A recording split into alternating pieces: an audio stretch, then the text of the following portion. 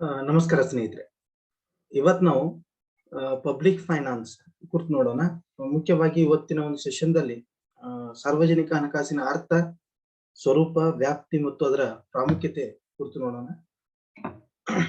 ನಾವು ಸಾರ್ವಜನಿಕ ಅರ್ಥಶಾಸ್ತ್ರ ಅನ್ನೋದು ಅಥವಾ ಸಾರ್ವಜನಿಕ ಹಣಕಾಸು ಅನ್ನೋದು ಪ್ರತಿಯೊಂದು ಆರ್ಥಿಕತೆಯಲ್ಲಿ ಪ್ರಮುಖವಾದಂತಹ ಪಾತ್ರವನ್ನ ವಹಿಸುತ್ತೆ. ಸೊ ಸಾರ್ವಜನಿಕ ಹಣಕಾಸು ಅಂತ ಹೇಳಿದಾಗ ಇಲ್ಲಿ ನಾವು ಸಾಮಾನ್ಯ ಜನರ ಬಗ್ಗೆ ಮಾತಾಡ್ತಾ ಇಲ್ಲ, ಇದು ಸರ್ಕಾರದ ಒಂದು ಹಣಕಾಸಿನ ನೀತಿಗಳ ಬಗ್ಗೆ ಮಾತಾಡ್ತೀವಿ. ಸೊ ಇಲ್ಲಿ ಸರ್ಕಾರ ಯಾವ ರೀತಿ ಹಣಕಾಸಿನ ಚಟುವಟಿಕೆಗಳನ್ನ ಕೈಗೊಳ್ಳುತ್ತೆ ಅನ್ನೋದನ್ನ ನಾವು ಸಾರ್ವಜನಿಕ ಹಣಕಾಸು ಅಂತ ಹೇಳ್ತೀವಿ. ಈಗ ಸಾರ್ವಜನಿಕ ಹಣಕಾಸನ್ನ ಅರ್ಥ ಮಾಡ್ಕೊಳ್ಬೇಕು ಅಂತ ಹೇಳಿದ್ರೆ ದೇರ್ ಆರ್ ಸೆವರಲ್ ಡೆಫಿನಿಷನ್ಸ್, ಬಹಳಷ್ಟು ವ್ಯಾಖ್ಯಾನಗಳಿದೆ. ಮುಖ್ಯವಾಗಿ ಅಲ್ಲಿ ಕೆಲವೊಂದಿಷ್ಟು ವ್ಯಾಖ್ಯಾನಗಳು ಸಂಕುಚಿತ ಅರ್ಥವನ್ನ ನೀಡುತ್ತೆ, ಕೆಲವೊಂದಿಷ್ಟು ವಿಶಾಲ ಅರ್ಥವನ್ನ ನೀಡುತ್ತೆ. ಸೊ ಒಟ್ಟಾರೆಯಾಗಿ ನಾವು ಇವತ್ತಿನ ಈ ಸೆಷನ್‌ದಲ್ಲಿ ಸಾರ್ವಜನಿಕ ಹಣಕಾಸು ಅಂದ್ರೆ ಏನು ಅನ್ನೋದನ್ನ ಸಂಕ್ಷಿಪ್ತವಾಗಿ ನೋಡೋಣ. ನಾವು public finance means the study of income and expenditure of central, state and local governments and the principles underlying them.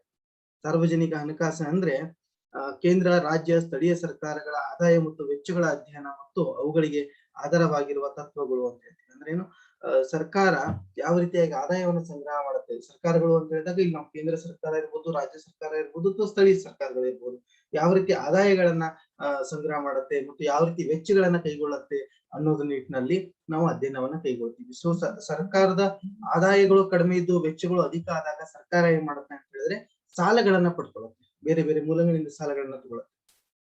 ಹಾಗೆ ಸರ್ಕಾರದ ಒಂದು ಏನು ಹಣಕಾಸಿನ ನೀತಿ ಇರುತ್ತೋ ಅಥವಾ ಸರ್ಕಾರದ ಒಂದು ಹಣಕಾಸಿನ ಚಟುವಟಿಕೆಗಳಿರುತ್ತೋ ಬಹಳ ವಿಶಾಲತೆಯನ್ನ ಹೊಂದಿರುತ್ತೆ, ರೈಟ್. ಸೊ ಇದ್ರ ಉದ್ದೇಶ ಏನು, ಸರ್ಕಾರದ ಹಣಕಾಸಿನ ನೀತಿ ಅಥವಾ ಸರ್ಕಾರದ ಹಣಕಾಸಿನ ಒಂದು ಚಟುವಟಿಕೆಗಳ ಉದ್ದೇಶ ಏನಾಗಿರುತ್ತೆ ಅಂತ ಹೇಳಿದ್ರೆ ಮುಖ್ಯವಾಗಿ ಸರ್ಕಾರ ಸಾಮಾಜಿಕ ಒಂದು ಕ್ಷೇಮಾಭಿವೃದ್ಧಿಯನ್ನ ಅಥವಾ ಕಲ್ಯಾಣವನ್ನ ಸಾಧಿಸುವ ಉದ್ದೇಶವನ್ನ ಹೊಂದಿರುತ್ತೆ, ರೈಟ್.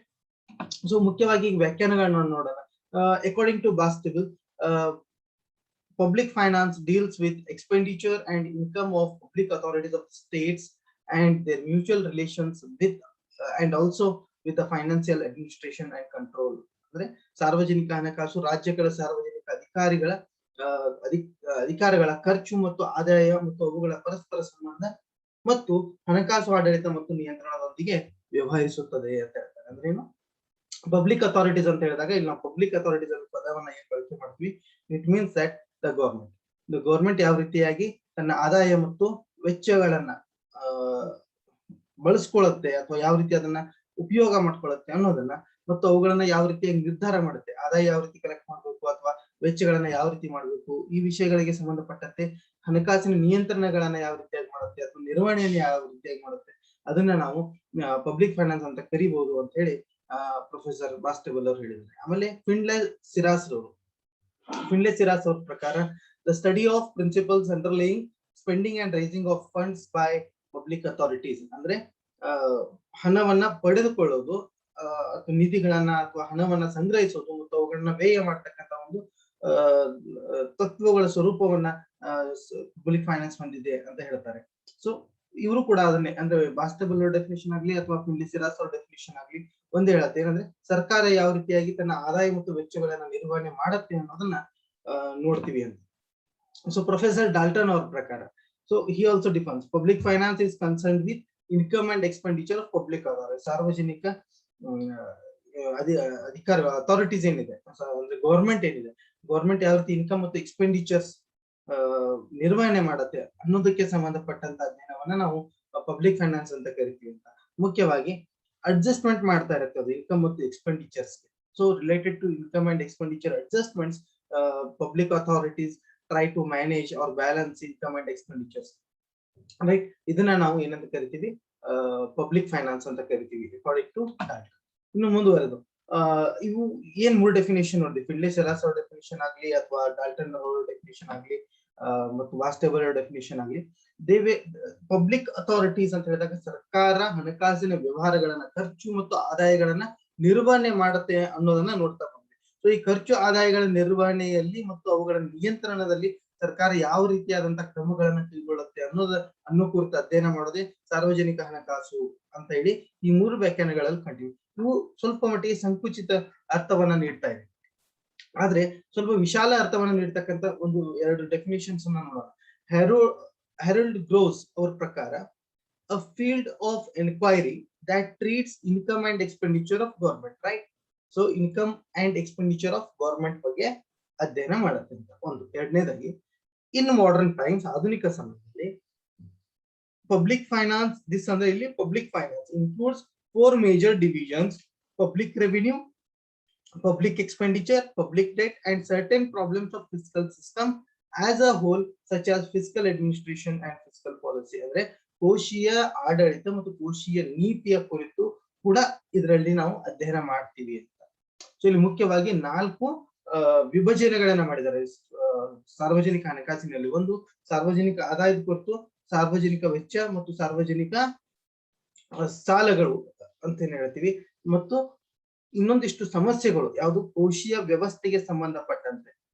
ಕೆಲವು ಸಾರಿ ಏನಾಗುತ್ತೆ, ಸರ್ಕಾರದ ಕೋಶೀಯ ನೀತಿಗಳು ಪ್ರಮುಖವಾದಂತಹ ಪಾತ್ರವನ್ನು ವಹಿಸುತ್ತೆ ಆರ್ಥಿಕ ವ್ಯವಸ್ಥೆಯಲ್ಲಿ. ಸೊ ಕೋಶೀಯ ನೀತಿಗಳು ಯಾವುದನ್ನ ನಿರ್ಧರಿಸಲ್ಪಡುತ್ತೆ ಅಂತ ಹೇಳಿದ್ರೆ ಸಾರ್ವಜನಿಕ ಹಣಕಾಸಿನ ನೀತಿಯನ್ನ ನಿರ್ಧರಿಸಲ್ಪಡುತ್ತೆ. ಸೊ ಆ ಕಾರಣಕ್ಕೆ ಕೋಶೀಯ ನೀತಿಗಳಲ್ಲಿ ಇರ್ತಕ್ಕಂಥ ಸಮಸ್ಯೆಗಳನ್ನ, ಕೋಶೀಯ ನೀತಿಯ ನಿರ್ವಹಣೆ ಮತ್ತು ಕೋಶೀಯ ನೀತಿಗಳ ಪಾಲನೆಯನ್ನ ಯಾವ ರೀತಿ ಕೈಗೊಳ್ತೀವಿ ಅನ್ನೋದನ್ನ ನಾವು ಅಧ್ಯಯನ ಮಾಡ್ತೀವಿ. ಎಲ್ಲಿ? ಸಾರ್ವಜನಿಕ ಹಣಕಾಸು, ಸಾರ್ವಜನಿಕ ಅರ್ಥಶಾಸ್ತ್ರ ಅಥವಾ ಸಾರ್ವಜನಿಕ ಹಣಕಾಸಿನ ವ್ಯವಸ್ಥೆಯಲ್ಲಿ.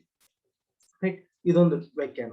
ಸೊ ಇನ್ನೊಂದು ವ್ಯಾಖ್ಯಾನ ಹರ್ಷಲ್ ಹಿಕ್ಸ್ ರವರ ಪ್ರಕಾರ, the main content of public finance consists of the examination and appraisal of the methods by which government bodies provides for the collective satisfaction of wants and secure the necessary funds to carry on their purposes. ಅಂದ್ರೆ ತಮಗೆ ಬೇಕಾದಂತಹ ನಿಧಿಗಳನ್ನ ಸಂಗ್ರಹಿಸಿ ಒಟ್ಟಾರೆಯಾಗಿ ಸಾಮಾಜಿಕ ಒಂದು ಅಭಿವೃದ್ಧಿಯನ್ನ, ಕ್ಷೇಮಾಭಿವೃದ್ಧಿಯನ್ನ ಸಾಧಿಸುವ ನಿಟ್ಟಿನಲ್ಲಿ ಸರ್ಕಾರಗಳು ಕೈಗೊಳ್ಳುವ ಒಂದು ವ್ಯವಸ್ಥೆ ಏನಿದೆ ಅವುಗಳನ್ನ ಏನಂತ ಕರಿತೀವಿ? ಸಾರ್ವಜನಿಕ ಹಣಕಾಸು ಅಂತ. ಅಂದ್ರೆ ಸೋಷಿಯಲ್ ಸರ್ವಿಸ್ ಅನ್ನ ಅಥವಾ ಎಲ್ಲ ಬಯಕೆಗಳನ್ನ ಪೂರೈಸತಕ್ಕಂಥ, ಸಾಮಾಜಿಕ ಒಂದು ಬಯಕೆಗಳನ್ನ ಈಡೇರಿಸತಕ್ಕಂಥ ಒಂದು ಜವಾಬ್ದಾರಿಯನ್ನ ಸರ್ಕಾರ ಹೊಂದಿರುತ್ತೆ. ಆ ಜವಾಬ್ದಾರಿಗಳನ್ನ ಈಡೇರಿಸೋದಕ್ಕೆ ಸರ್ಕಾರ ತನಗೇನ್ ಹಣಕಾಸಿನ ಅವಶ್ಯಕತೆ ಇದೆಯೋ ಅದನ್ನ ಜನರ ಬಳಿಯಿಂದ ಬೇರೆ ಬೇರೆ ರೂಪದಲ್ಲಿ, ತೆರಿಗೆ ರೂಪದಲ್ಲಿ ಇರಬಹುದು, ಅಥವಾ ಕಡಿಮೆ ಬಿದ್ದರೆ ಸಾಲದ ರೂಪದಲ್ಲಿ ಇರಬಹುದು, ಆದಾಯದ ರೂಪದಲ್ಲಿ ಇರಬಹುದು, ಯಾವುದೇ ಒಂದು ರೂಪದಲ್ಲಿ ಸಂಗ್ರಹ ಮಾಡಿ ಕಾರ್ಯವನ್ನ ನಿರ್ವಹಿಸುತ್ತೆ. ಇದ್ರ ಕುರಿತು ಅಧ್ಯಯನ ಮಾಡೋದೇ ಸಾರ್ವಜನಿಕ ಹಣಕಾಸು ಅನ್ನೋದು ಹರ್ಷಲ್ ಹಿಕ್ಸ್ ರವರ ಅಭಿಪ್ರಾಯ. ರೈಟ್, ಇವೆರಡು ವ್ಯಾಖ್ಯಾನವನ್ನ ನೋಡಿದಾಗ ಸ್ವಲ್ಪ ಮಟ್ಟಿಗೆ ವಿಭಿನ್ನವಾಗಿದೆ ಮೇಲಿನ 3 ಡೆಫಿನೇಷನ್ ಗಿಂತನೂ.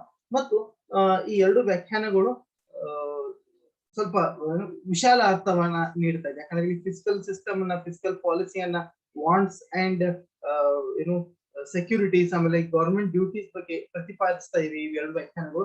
ಆ ಕಾರಣಕ್ಕೆ these both definitions are very important definitions and comprehensive definitions ಅಂತ ಹೇಳ್ತೀವಿ. ಈಗ ಮುಂದಿನದಾಗಿ ಲೆಟಸ್ ನೆಕ್ಸ್ಟ್ ಒಂದು ಟಾಪಿಕ್ ಅಲ್ಲಿ ನಾವು nature and scope of public finance course ನೋಡೋಣ. Nature and scope of public finance ಅಂತ ಹೇಳಿದ್ರೆ ಸಾರ್ವಜನಿಕ ಹಣಕಾಸಿನ ಒಂದು ಸ್ವರೂಪ ಮತ್ತು ವ್ಯಾಪ್ತಿ. ಸಾರ್ವಜನಿಕ ಹಣಕಾಸಿನ ಸ್ವರೂಪ ಅಂದ್ರೆ ಏನು? ಸ್ವರೂಪ ಅಂದ್ರೆ what we mean, it's nature, ಅದರ ಸ್ವಭಾವ ಏನಿದೆ. Public finance is a social science which is concerned with the problems of raising of funds and their allocations for the collective satisfaction of wants. ಸಮಾಜದಿಂದ ಅಥವಾ ಆರ್ಥಿಕತೆಯಿಂದ ಹಣವನ್ನ ಸಂಗ್ರಹಿಸುವುದು ಮತ್ತು ಅವುಗಳನ್ನ ವ್ಯಯ ಮಾಡುವುದು. ಯಾವ ನಿಟ್ಟಿನಲ್ಲಿ ವ್ಯಯ ಮಾಡುವುದು ಅಂತ ಹೇಳಿದ್ರೆ ಸಾಮಾಜಿಕ ಒಂದು ಕಲ್ಯಾಣವನ್ನ, ಕ್ಷೇಮಾಭಿವೃದ್ಧಿಯನ್ನ ಸಾಧಿಸೋ ದೃಷ್ಟಿಯಿಂದ ವ್ಯಯ ಮಾಡತಕ್ಕಂತ ಒಂದು ಕಾರ್ಯವನ್ನ ಸಾರ್ವಜನಿಕ ಹಣಕಾಸು ಅರ್ಥಶಾಸ್ತ್ರದಲ್ಲಿ ನಾವು ಕಾಣ್ತೀವಿ. ಸೊ ಸಾರ್ವಜನಿಕ ಹಣಕಾಸು ಅನ್ನೋದು ಇಟ್ ಈಸ್ ಅ ಸೈನ್ಸ್, ಅದೊಂದು ಸಾಮಾಜಿಕ ವಿಜ್ಞಾನವಾಗಿದೆ. ಇದು ಹಣದ ಏರಿಕೆಯ ಅಥವಾ ಏನದು ಪಬ್ಲಿಕ್ ಸ್ಪೆಂಡಿಂಗ್ ಏನಿದೆ ಅಥವಾ ಫಂಡ್ ರೈಸಿಂಗ್ ಹೆಂಗ್ ಮಾಡಬಹುದು ಅಥವಾ ಆ ಫಂಡ್ ಗಳನ್ನ ಯಾವ ರೀತಿಯಾಗಿ ಬಳಕೆ ಮಾಡಬೇಕು ಅಥವಾ ಯಾವ ರೀತಿಯಾಗಿ ವಿತರಣೆ ಮಾಡಬೇಕು ಅನ್ನೋದ್ರ ಕುರಿತು ಅಧ್ಯಯನ ಮಾಡುತ್ತೆ ಅಂತ. ಇನ್ನು ಎರಡನೇದಾಗಿ it's methods of study are based on the study of principles and theories of law of public finance and on a descriptive and statistical study of the actual operations of the government. ಈ ಒಂದು public finance ಅನ್ನೋದು ಏನಿದೆ, ಈ ಒಂದು ಅಧ್ಯಯನ ತನ್ನದೇ ಆದಂತಹ ತತ್ವಗಳ ಮೇಲೆ ನಿಂತ್ಕೊಂಡಿದೆ ಮತ್ತು ಇದು ವಿಸ್ತೃತವಾದಂತಹ ಒಂದು ಸಂಖ್ಯಾತ್ಮಕ ವಿಧಾನಗಳನ್ನು ಕೂಡ ಬಳಸಿಕೊಂಡು ಹಣಕಾಸಿನ ನೀತಿಗಳನ್ನ, ಸರ್ಕಾರದ ಹಣಕಾಸಿನ ನೀತಿಗಳನ್ನ ಮತ್ತು ಚಟುವಟಿಕೆಗಳ ಕುರಿತು ಅಧ್ಯಯನವನ್ನ ಮಾಡಲಾಗ್ತದೆ. ರೈಟ್. ಸೊ ಮೂರನೇದಾಗಿ ಇಟ್ಸ್ ಪ್ರಿನ್ಸಿಪಲ್ಸ್ ಆರ್ ಇದರ ತತ್ವಗಳು. It's principles are in the nature of generalisations which state the cause and effect relationship of different variables like public revenue, expenditure, debt and financial administration. ಅಂದ್ರೆ ಇದು ಯಾವ ಸಂಬಂಧಗಳನ್ನ, ಇದು ಒಂದು general generalised nature ನ ಹೊಂದಿದೆ ಅಂತ ಹೇಳ್ತೀನಿ. ಇದು ಬೇರೆ ಬೇರೆ ವೇರಿಯೇಬಲ್ಸ್ ಏನಿದೆ, ವೇರಿಯೇಬಲ್ಸ್ ಅಂತ ಹೇಳಿದ್ರೆ ನಾವು ಚಲಕಗಳಿದೆ, ಆ ಚಲಕಗಳ ನಡುವಿನ ಒಂದು ಸಂಬಂಧವನ್ನ ಅಥವಾ ಅವುಗಳ ನಡುವಿನ ಒಂದು ಕಾರಣ ಪರಿಣಾಮಗಳ ಕುರಿತು ಅಧ್ಯಯನ ಮಾಡುತ್ತೆ ಅಂತ. ಇಲ್ಲಿ ಸಾರ್ವಜನಿಕ ಹಣಕಾಸಿನಲ್ಲಿ ನಾವು ಮುಖ್ಯವಾಗಿ ಏನ್ ನೋಡ್ತಾ ಇದೀವಿ, ಒಂದು ಪಬ್ಲಿಕ್ ರೆವಿನ್ಯೂ, ಸಾರ್ವಜನಿಕ ಆದಾಯ ಅಥವಾ ವರಮಾನ. ಎರಡನೇದು ಸಾರ್ವಜನಿಕ ವೆಚ್ಚ, ಸಾರ್ವಜನಿಕ ಸಾಲಗಳು ಮತ್ತು ಹಣಕಾಸಿನ ನಿರ್ವಹಣೆ. ಸೊ ಇವುಗಳ ಕುರಿತು ನಾವು ಅಧ್ಯಯನ ಮಾಡ್ತೀವಿ ಮತ್ತು ಇವುಗಳ ಸಂಬಂಧ ಯಾವ ರೀತಿಯಾಗಿದೆ ಅನ್ನೋದು ಕೂಡ ಅಧ್ಯಯನ ಮಾಡ್ತೀವಿ. ಈಗ ಸಾರ್ವಜನಿಕ ಆದಾಯ ಬರುವುದು ತೆರಿಗೆ ಇದೆ. ಅಧಿಕ ತೆರಿಗೆಯನ್ನು ವಿಧಿಸಿದಾಗ ಆಗ್ತಕ್ಕಂಥ ಪರಿಣಾಮಗಳು, ಅಥವಾ ವೆಚ್ಚ ಮಾಡಿದಾಗ, ಸರ್ಕಾರ ಬಂದಂತ ಆದಾಯವನ್ನ ವೆಚ್ಚ ಮಾಡಿದಾಗ ಯಾವ ನಿಟ್ಟಿನಲ್ಲಿ ವೆಚ್ಚಗಳನ್ನು ನಿರ್ವಹಿಸಬೇಕು, ಅದರ ಪರಿಣಾಮ ಏನಾಗತ್ತೆ, ಇವೆಲ್ಲ ಅಂಶಗಳ ಬಗ್ಗೆ ಪರಿಗಣನೆ ತಗೋಬೇಕಾಗತ್ತೆ. ಸೊ ಇವೆಲ್ಲದರ ಕುರಿತು ನಾವು ಸಾರ್ವಜನಿಕ ಹಣಕಾಸಿನಲ್ಲಿ ಅಧ್ಯಯನ ಮಾಡ್ತೀವಿ. ಇದನ್ನೇ ನಾವು subject matter of public finance ಅಂತ ಕರಿಬಹುದು. ಅಂದ್ರೆ ವಿಷಯ ವಸ್ತು ಆಗಿದೆ. ಇದೇ ಪಬ್ಲಿಕ್ ಫೈನಾನ್ಸಿನ ಒಂದು ಸ್ಟಡಿ ಸಬ್ಜೆಕ್ಟ್ ಮ್ಯಾಟರ್ ಅಂತ ಹೇಳ್ಬೋದು. ಇಟ್ ಈಸ್ ಕನ್ಸರ್ನ್ಡ್, ಮುಂದಿನದಾಗಿ it is concerned with fiscal policies which influence economic policies and economic structure of the country. All governments aim at bringing social justice through and equitable finance. ಅಂದ್ರೆ ಇದು ಮುಖ್ಯವಾಗಿ ದೇಶದ ಕೋಶೀಯ ನೀತಿಗೆ ಸಂಬಂಧಪಟ್ಟಂತ ಅಧ್ಯಯನ ಆಗಿದೆ. ಕೋಶೀಯ ನೀತಿ ಅಂತ ಹೇಳಿದಾಗ ಅಥವಾ ವಿತ್ತೀಯ ನೀತಿ ಅಂತ ಹೇಳಿದಾಗ ಸರ್ಕಾರದ ಒಂದು ಸಾರ್ವಜನಿಕ ಆದಾಯದ ಅಥವಾ ತೆರಿಗೆ ನೀತಿ ಆಗಿರ್ಬೋದು, ವೆಚ್ಚದ ನೀತಿ ಆಗಿರ್ಬೋದು, ಮತ್ತು ಸಾಲ ಪಡೆದುಕೊಳ್ತಕ್ಕಂಥ ನೀತಿಗಳಾಗಿರ್ಬೋದು. ಈ ನೀತಿಗಳು ಎಲ್ಲವನ್ನು ಸೇರಿಸಿ ನಾವು ಏನ್ ಹೇಳ್ತೀವಿ, ಕೋಶೀಯ ನೀತಿ ಅಂತ ಹೇಳ್ತೀವಿ. ಸೊ ಈ ಕೋಶೀಯ ನೀತಿಗೆ ಸಂಬಂಧಪಟ್ಟಂತೆ ಅಧ್ಯಯನವನ್ನ ಕೈಗೊಳ್ಳಲಾಗುತ್ತೆ. ಈ ಕೋಶೀಯ ನೀತಿ ಅನ್ನೋದು ಆರ್ಥಿಕ ಬೆಳವಣಿಗೆ ಅಥವಾ ಆರ್ಥಿಕ ನೀತಿ ಮತ್ತು ಆರ್ಥಿಕ ಒಂದು ರಚನೆಯ ಮೇಲೆ ಪರಿಣಾಮ ಬೀರ್ತಾ ಇರುತ್ತೆ. ಸೊ ಕೋಶೀಯ ನೀತಿಗಳು ಆರ್ಥಿಕತೆಯ ಮೇಲೆ ಪರಿಣಾಮವನ್ನ ಬೀರ್ತಾ ಇರುತ್ತೆ. ಇದರ ಕುರಿತು ನಾವು ಅಧ್ಯಯನವನ್ನ ಮಾಡ್ತೀವಿ. ಸೊ ಕೋಶೀಯ ನೀತಿಗಳು ಪ್ರಮುಖವಾದಂತ ಪಾತ್ರವನ್ನ ವಹಿಸುತ್ತೆ ಆರ್ಥಿಕ ಒಂದು ಬೆಳವಣಿಗೆ ಅಥವಾ ಅಭಿವೃದ್ಧಿಯಲ್ಲಿ. ಸೊ ಸರ್ಕಾರ ಯಾವ ರೀತಿಯಾಗಿ ವೆಚ್ಚಗಳನ್ನ ಕೈಗೊಳ್ಳಬೇಕು ಅಥವಾ ಯಾವ ರೀತಿ ತೆರಿಗೆಗಳನ್ನ ಸಂಗ್ರಹಿಸಬೇಕು, ಎಷ್ಟು ಪ್ರಮಾಣದಲ್ಲಿ ಸಂಗ್ರಹಿಸಬೇಕು, ಇವೆಲ್ಲ ಅಂಶಗಳ ನಿರ್ಧಾರ ಆಗೋದು ಈ ಕೋಶೀಯ ನೀತಿ ಅಡಿಯಲ್ಲಿ. ಸೊ ಆ ನಿಟ್ಟಿನಲ್ಲಿ ಇಷ್ಟು ಅಂಶಗಳನ್ನು ನಾವು ಒಂದು ಪಬ್ಲಿಕ್ ಫೈನಾನ್ಸ್ ನಲ್ಲಿ ಪ್ರಮುಖವಾಗಿ ಓದ್ತೀವಿ. ಸೊ ಇದಿಷ್ಟು ಪಬ್ಲಿಕ್ ಫೈನಾನ್ಸ್ ನ ಒಂದು ಸ್ವರೂಪ ಅಂತ ಹೇಳ್ತೀವಿ. ಸೊ ಮುಂದಿನದಾಗಿ ಇನ್ನು ವ್ಯಾಪ್ತಿ ಕುರಿತು ಅಧ್ಯಯನ ಮಾಡ್ಬೇಕು ಅಂತ ಹೇಳಿದ್ರೆ, professor Dalton divides the scope of public finance into 4 categories: public income ಅಥವಾ revenue, public expenditure, public debt, financial administration etcetera. Right. ಮುಖ್ಯವಾಗಿ ಡಾಲ್ಟನ್ ರವರು ಈ ಒಂದು ಪಬ್ಲಿಕ್ ಫೈನಾನ್ಸ್ ನಲ್ಲಿ ಬರ್ತಕ್ಕಂತಹ ವಿಷಯ ವಸ್ತು, ಸಬ್ಜೆಕ್ಟ್ ಮ್ಯಾಟರ್ ಇಲ್ಲಿ ಏನೆಲ್ಲ ಅಧ್ಯಯನ ಮಾಡ್ತೀವಿ ಪಬ್ಲಿಕ್ ಫೈನಾನ್ಸ್ ಅಲ್ಲಿ ಅನ್ನೋದಕ್ಕೆ ಇಲ್ಲಿ 4 ಭಾಗಗಳನ್ನಾಗಿ ವಿಂಗಡಿಸಿದ್ದಾರೆ ಅವರು. ಮೊದಲನೇದು ಸಾರ್ವಜನಿಕ ಆದಾಯ, ಅಂದ್ರೇನು ಸಾರ್ವಜನಿಕ ವರಮಾನ ಅಂತ ಕರಿತೀವಿ, ಇಲ್ಲ ಆದಾಯ ಅಂತ ಕರಿತೀವಿ, ರೆವಿನ್ಯೂ ಅಂತ ಹೇಳಿ. ಎರಡನೇದು ಪಬ್ಲಿಕ್ ಎಕ್ಸ್ಪೆಂಡಿಚರ್, ಸಾರ್ವಜನಿಕ ವೆಚ್ಚಗಳು. ಮೂರನೇದು ಸಾರ್ವಜನಿಕ ಸಾಲ ಮತ್ತು ಹಣಕಾಸಿನ ನಿರ್ವಹಣೆ ಅಥವಾ ಆಡಳಿತ ಅಂತ. ಇವಿಷ್ಟು ಅಧ್ಯಯನ ಮಾಡ್ತೀವಿ ಅನ್ನೋದು ಡಾಲ್ಟನ್ ರವರ ಅಭಿಪ್ರಾಯ. ಸೊ ಮುಖ್ಯವಾಗಿ ಯಾವೆಲ್ಲ ವಿಷಯಗಳ ಕುರಿತು ಅಧ್ಯಯನ ಮಾಡ್ತೀವಿ? ಮೊದಲನೇದು public income or public revenue, ಸಾರ್ವಜನಿಕ ಆದಾಯದ ಕುರಿತು ಅಧ್ಯಯನ ಮಾಡ್ತೀವಿ. ಸಾರ್ವಜನಿಕ ಆದಾಯ ಅಂದ್ರೆ ಏನು, ಸಾರ್ವಜನಿಕ ಆದಾಯದ ವಿವಿಧ ಮೂಲಗಳು ಯಾವುವು, ಸೊ ಎಲ್ಲೆಲ್ಲಿಂದ ಸರ್ಕಾರಗಳು ಆದಾಯವನ್ನು ಸಂಗ್ರಹ ಮಾಡುತ್ತೆ. So it collects from tax ದಿಂದ ಬರುತ್ತೆ, ರೈಟ್, ಟ್ಯಾಕ್ಸ್ ಮೂಲದಿಂದ ಕಲೆಕ್ಟ್ ಮಾಡುತ್ತೆ, ಫೀಸ್ ಗಳಿಂದ ಕಲೆಕ್ಟ್ ಮಾಡುತ್ತೆ. ಇಲ್ಲಿ 2 ರೀತಿಯಾದಂತಹ ಮೂಲಗಳಿದೆ, ಒಂದು ಟ್ಯಾಕ್ಸ್ ರೆವಿನ್ಯೂ ಮತ್ತು ನಾನ್ ಟ್ಯಾಕ್ಸ್ ರೆವಿನ್ಯೂ, ತೆರಿಗೆ ಆದಾಯ ಮತ್ತು ತೆರಿಗೆ ಇತರ ಆದಾಯ. ತೆರಿಗೆ ಮೂಲಗಳು ಯಾವ್ಯಾವ್ದು, ಯಾವೆಲ್ಲ ತೆರಿಗೆಗಳನ್ನ ಡೈರೆಕ್ಟ್ ಮತ್ತು ಇಂಡೈರೆಕ್ಟ್ ಟ್ಯಾಕ್ಸಸ್ ವಿಧಿಸುತ್ತೆ, ಆ ಡೈರೆಕ್ಟ್ ಟ್ಯಾಕ್ಸಸ್ ಯಾವುದು, ಇಂಡೈರೆಕ್ಟ್ ಟ್ಯಾಕ್ಸಸ್ ಯಾವುದು ಅನ್ನೋದ್ರ ಬಗ್ಗೆ ನೋಡ್ತೀವಿ. ಯಾವ ತೆರಿಗೆ ಎಷ್ಟು ಪ್ರಮಾಣದಲ್ಲಿ ಇದೆ ಅನ್ನೋದು ಗೊತ್ತಾಗುತ್ತೆ, ಎಷ್ಟು ಪ್ರಮಾಣದಲ್ಲಿ ಹಾಕಿದ್ರೆ ಒಳ್ಳೆಯದು ಅನ್ನೋದು ಕೂಡ ನಾವು ತಿಳ್ಕೋಬಹುದು. ಎರಡನೇದಾಗಿ ನಾನ್ ಟ್ಯಾಕ್ಸ್ ರೆವಿನ್ಯೂ ಅಂತ ಹೇಳಿದಾಗ ಸರ್ಕಾರ ತನ್ನದೇ ಆದಂತ ಉದ್ಯಮಗಳನ್ನ ಹೊಂದಿರುತ್ತೆ, ರೈಟ್. ತೆರಿಗೆಯ ರೂಪದಲ್ಲದೆ ಬೇರೆ ರೂಪದಲ್ಲಿ ಕೂಡ ಸರ್ಕಾರ ಆದಾಯವನ್ನ ಸಂಗ್ರಹಿಸುತ್ತೆ, ಕ್ಯಾಪಿಟಲ್ ಗೇನ್ಸ್ ಅಂತ ಹೇಳ್ಬೋದು. ಅಥವಾ ಶುಲ್ಕಗಳ ರೂಪದಲ್ಲಿ ಖರೀದಿಸಬಹುದು, ಅಥವಾ ಸರ್ವಿಸ್ ಅನ್ನ ನೀಡಿದಾಗ ಒಂದಿಷ್ಟು ಫೀಸ್ ಗಳನ್ನ ಖರೀದಿಸಬಹುದು, ಪಡಿಬಹುದು. ಇವೆಲ್ಲ ಮೂಲಗಳಿಂದ ಸರ್ಕಾರಕ್ಕೆ ಆದಾಯ ಬರುತ್ತೆ. ಸೊ ಈ ಯಾವ ತತ್ವಗಳ ಮೇಲೆ ಈ ತೆರಿಗೆ ನೀತಿಗಳು ನಿಂತಿರುತ್ತೆ ಅನ್ನೋದನ್ನು ಕೂಡ ನಾವು ನೋಡ್ತೀವಿ. ಸೊ ಪಬ್ಲಿಕ್ ರೆವಿನ್ಯೂ ಅಥವಾ ಪಬ್ಲಿಕ್ ಸಾರ್ವಜನಿಕ ಆದಾಯದ ಒಂದು ವಿಷಯಕ್ಕೆ ಸಂಬಂಧಪಟ್ಟಂತೆ ಯಾವ ಮೂಲಗಳಿಂದ ಆದಾಯ ಬರುತ್ತೆ, ಯಾವ ತತ್ವಗಳ ಮೇಲೆ ಆ ತೆರಿಗೆ ಸಂಗ್ರಹದ ಒಂದು ನಿಯಮಗಳು ನಿಂತಿರುತ್ತೆ ಅನ್ನೋದನ್ನ ಅಧ್ಯಯನ ಮಾಡ್ತೀವಿ. ಇವು ಮುಖ್ಯವಾದಂತಹ ಅಂಶಗಳು ಪಬ್ಲಿಕ್ ರೆವಿನ್ಯೂದಲ್ಲಿ ನಾವು ಗಮನದಲ್ಲಿ ಇಟ್ಕೊಂಡು, ಮತ್ತು ತೆರಿಗೆಯ ಪರಿಣಾಮಗಳೇನಿರುತ್ತೆ, ತೆರಿಗೆ ಭಾರ ಹೇಗಿರುತ್ತೆ ಅಂತ, ತೆರಿಗೆಯನ್ನ ನೀಡ್ತಕ್ಕಂಥ ಒಂದು ಕೆಪಾಬಿಲಿಟಿ ಯಾವ ರೀತಿ ಆಗಿರುತ್ತೆ, ಅಥವಾ ಹೆಂಗ್ ತೆರಿಗೆಯನ್ನ ವಿಧಿಸ್ಬೇಕು, ತೆರಿಗೆ ವಿಧಗಳು ಯಾವ್ಯಾವ್ದು ಅಂತ, ಇವೆಲ್ಲ ವಿಷಯಗಳ ಬಗ್ಗೆ ನಾವು ಪಬ್ಲಿಕ್ ರೆವಿನ್ಯೂ ಅಥವಾ ಪಬ್ಲಿಕ್ ಇನ್ಕಮ್ ದಲ್ಲಿ ಡಿಸ್ಕಷನ್ ಮಾಡ್ತೀವಿ. ಸೊ ಇಷ್ಟೆಲ್ಲ ವಿಷಯ ವಸ್ತುನ ಹೊಂದಿದೆ ಅಂತ ಅದರ. ಎರಡನೇದಾಗಿ ಪಬ್ಲಿಕ್ ಎಕ್ಸ್ಪೆಂಡಿಚರ್, ಸಾರ್ವಜನಿಕ ವೆಚ್ಚಗಳು ಅಥವಾ ಖರ್ಚು ಅಂತ. ಸರ್ಕಾರ ಯಾವ ತತ್ವಗಳ ಆಧಾರದ ಮೇಲೆ ವೆಚ್ಚಗಳನ್ನ ಕೈಗೊಳ್ಳಬೇಕು ಅನ್ನೋದು ಮೊದಲನೇ ಪ್ರಶ್ನೆ, ರೈಟ್? ಅದ್ರ ಕುರಿತು ಪಬ್ಲಿಕ್ ಎಕ್ಸ್ಪೆಂಡಿಚರ್ ವಿಷಯದಲ್ಲಿ ಅಧ್ಯಯನ ಮಾಡ್ತೀವಿ. ಎರಡನೇದಾಗಿ ಸಾರ್ವಜನಿಕ ವೆಚ್ಚಗಳಿಂದಾಗಿ ಆರ್ಥಿಕತೆಯ ಮೇಲೆ ಯಾವ ರೀತಿ ಪರಿಣಾಮಗಳಾಗುತ್ತೆ, ಆರ್ಥಿಕತೆಯಲ್ಲಿ ಸ್ಥಿರತೆ ತರೋದಕ್ಕೆ ಸಾಧ್ಯ ಆಗತ್ತಾ ಅನ್ನೋ ಪ್ರಶ್ನೆ ಬರುತ್ತೆ. ಸೊ ಸಾರ್ವಜನಿಕ ಒಂದು ಖರ್ಚುಗಳಿಂದಾಗಿ ಅಥವಾ ಸಾರ್ವಜನಿಕ ಆದಾಯಗಳಿಂದಾಗಿ ಆರ್ಥಿಕತೆಯ ಮೇಲೆ ಆಗ್ತಕ್ಕಂಥ ಪರಿಣಾಮಗಳ ಕುರಿತು ಅಧ್ಯಯನವನ್ನ ಮಾಡ್ತೀವಿ. ಸೊ ಎರಡು ವಿಷಯಗಳಲ್ಲಿ ನಾವು ಪಬ್ಲಿಕ್ ರೆವಿನ್ಯೂ ಇರಬಹುದು ಅಥವಾ ಪಬ್ಲಿಕ್ ಎಕ್ಸ್ಪೆಂಡಿಚರ್ ಇರಬಹುದು, ಎರಡೂ ವಿಷಯಗಳನ್ನ ನಾವು ನೋಡಿದಾಗ ಯಾವ ತತ್ವಗಳ ಮೇಲೆ ವೆಚ್ಚಗಳನ್ನು ನಿರ್ವಹಿಸಬೇಕು ಮತ್ತು ಅದರ ಪರಿಣಾಮ ಆರ್ಥಿಕತೆಯ ಮೇಲೆ ಯಾವ ರೀತಿಯಾಗಿರುತ್ತೆ, ಅದು ಆರ್ಥಿಕತೆಯಲ್ಲಿ ಸ್ಥಿರತೆಯನ್ನ, ಆರ್ಥಿಕ ಬೆಳವಣಿಗೆಗೆ ಪ್ರೋತ್ಸಾಹವನ್ನ ನೀಡುತ್ತಾ ಅನ್ನೋದು ಪ್ರಶ್ನೆ ಆಗಿರುತ್ತೆ, ರೈಟ್? ಇದು ಪಬ್ಲಿಕ್ ಎಕ್ಸ್ಪೆಂಡಿಚರ್ ಗೆ ಸಂಬಂಧಪಟ್ಟಂತೆ ನಾವು ನೋಡ್ತೀವಿ. ಇನ್ನು ಮೂರನೇದಾಗಿ ಸಾರ್ವಜನಿಕ ಸಾಲ ಅಂತ. ಸರ್ಕಾರ ಯಾವಾಗ ತನ್ನ ಆದಾಯ ಕಡಿಮೆ ಇದ್ದು ವೆಚ್ಚಗಳು ಅಧಿಕ ಆದಾಗ, ರೈಟ್, ಸರ್ಕಾರದ ಆದಾಯ ಕಡಿಮೆ ಇದ್ದು ವೆಚ್ಚಗಳು ಅಧಿಕ ಆದಾಗ ಅಥವಾ ಖರ್ಚುಗಳು ಹೆಚ್ಚಾದಾಗ ಸರ್ಕಾರ ಏನ್ ಮಾಡ್ಬೇಕಾಗತ್ತೆ, ಬೇರೆ ಯಾವ್ದಾದ್ರು ಮೂಲಗಳಿಂದ ಹಣವನ್ನ ಸಂಗ್ರಹಿಸಬೇಕಾಗತ್ತೆ, ರೈಟ್?